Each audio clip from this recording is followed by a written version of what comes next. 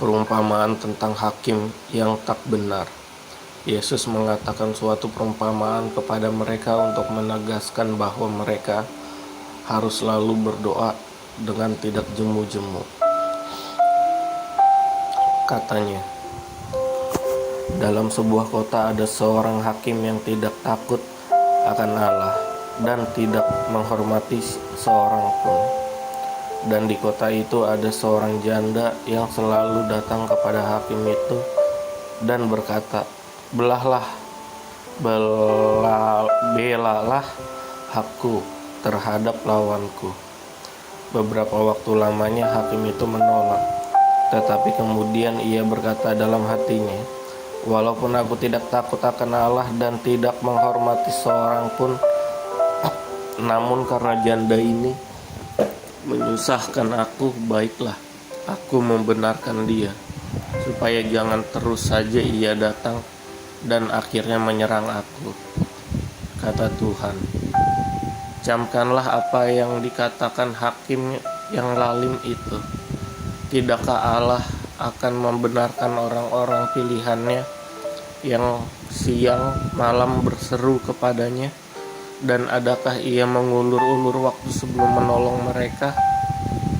Aku berkata kepadamu, ia akan segera membenarkan mereka. Akan tetapi jika Anak Manusia itu datang, adakah ia mendapati imam di bumi?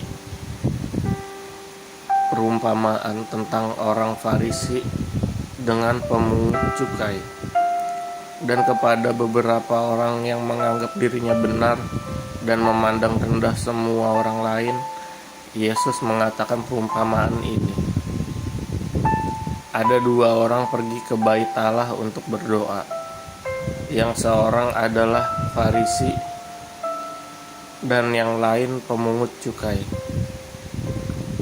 Orang Farisi itu berdiri dan berdoa dalam hatinya, begini, ya Allah, aku mengucap syukur kepadamu karena aku tidak sama seperti semua orang lain, bukan perampok, bukan orang lalim, bukan penjinah, bukan juga seperti pemungut cukai ini. Aku berpuasa 2 kali seminggu, aku memberikan 1/10 dari segala penghasilanku. Tetapi pemungut cukai itu berdiri jauh-jauh, bahkan ia tidak berani menegadah ke langit, melainkan ia memukul dirinya dan berkata, ya Allah, kasihanilah aku, orang berdosa ini. Aku berkata kepadamu, orang ini pulang ke rumahnya sebagai orang yang dibenarkan Allah, dan orang lain itu tidak, sebab barang siapa meninggikan diri, ia akan direndahkan, dan barang siapa merendahkan diri, ia akan ditinggikan. Yesus memberkati anak-anak. Maka datanglah orang-orang membawa anak-anaknya yang kecil kepada Yesus, supaya ia menjamah mereka. Melihat itu, murid-muridnya memarahi orang-orang itu. Tetapi Yesus memanggil mereka dan berkata, biarkanlah anak-anak itu datang kepadaku, dan jangan kamu menghalang-halangi mereka, sebab orang-orang yang seperti itulah yang punya kerajaan Allah. Aku berkata kepadamu, sesungguhnya barang siapa tidak menyambut kerajaan Allah seperti seorang anak kecil, ia tidak akan masuk ke dalamnya.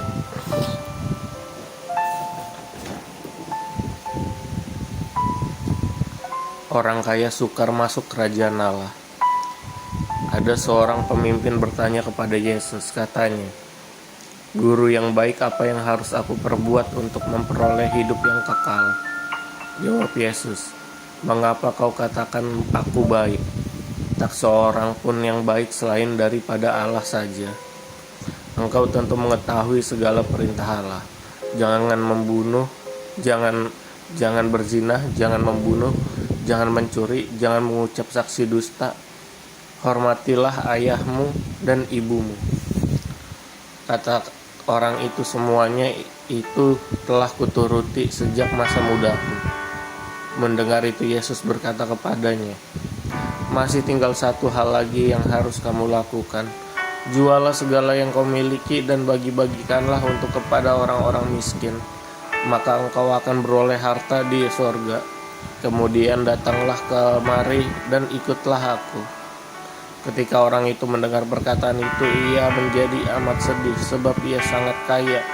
Lalu Yesus memandang dia dan berkata, "Alangkah sukarnya orang yang beruang masuk ke dalam kerajaan Allah. Sebab lebih mudah seekor unta masuk melalui lubang jarum daripada seorang kaya masuk ke dalam kerajaan Allah." Dan mereka yang mendengar itu berkata, "Jika demikian, siapakah yang dapat diselamatkan?" Kata Yesus, "Apa yang tidak mungkin bagi manusia, mungkin bagi Allah." Upah mengikut Yesus. Petrus berkata, "Kami ini telah meninggalkan segala kepunyaannya, kami dan pengikut Engkau." Kata Yesus kepada mereka, "Aku berkata kepadamu, sesungguhnya setiap orang yang karena kerajaan Allah meninggalkan rumahnya, istrinya atau saudaranya, yang tuanya atau anak-anaknya, akan menerima kembali lipat ganda pada masa ini juga, dan pada zaman yang akan datang ia akan menerima hidup yang kekal." Pemberitahuan 3 tentang penderitaan Yesus. Yesus memanggil ke-12 muridnya lalu berkata kepada mereka, "Sekarang kita pergi ke Yerusalem, dan segala sesuatu yang ditulis oleh para nabi mengenai Anak Manusia akan digenapi. Sebab ia akan diserahkan kepada bangsa-bangsa yang tidak mengenal Allah, diolok-olokkan, dihina, dan diludahi. Dan mereka menyesah dan membunuh dia.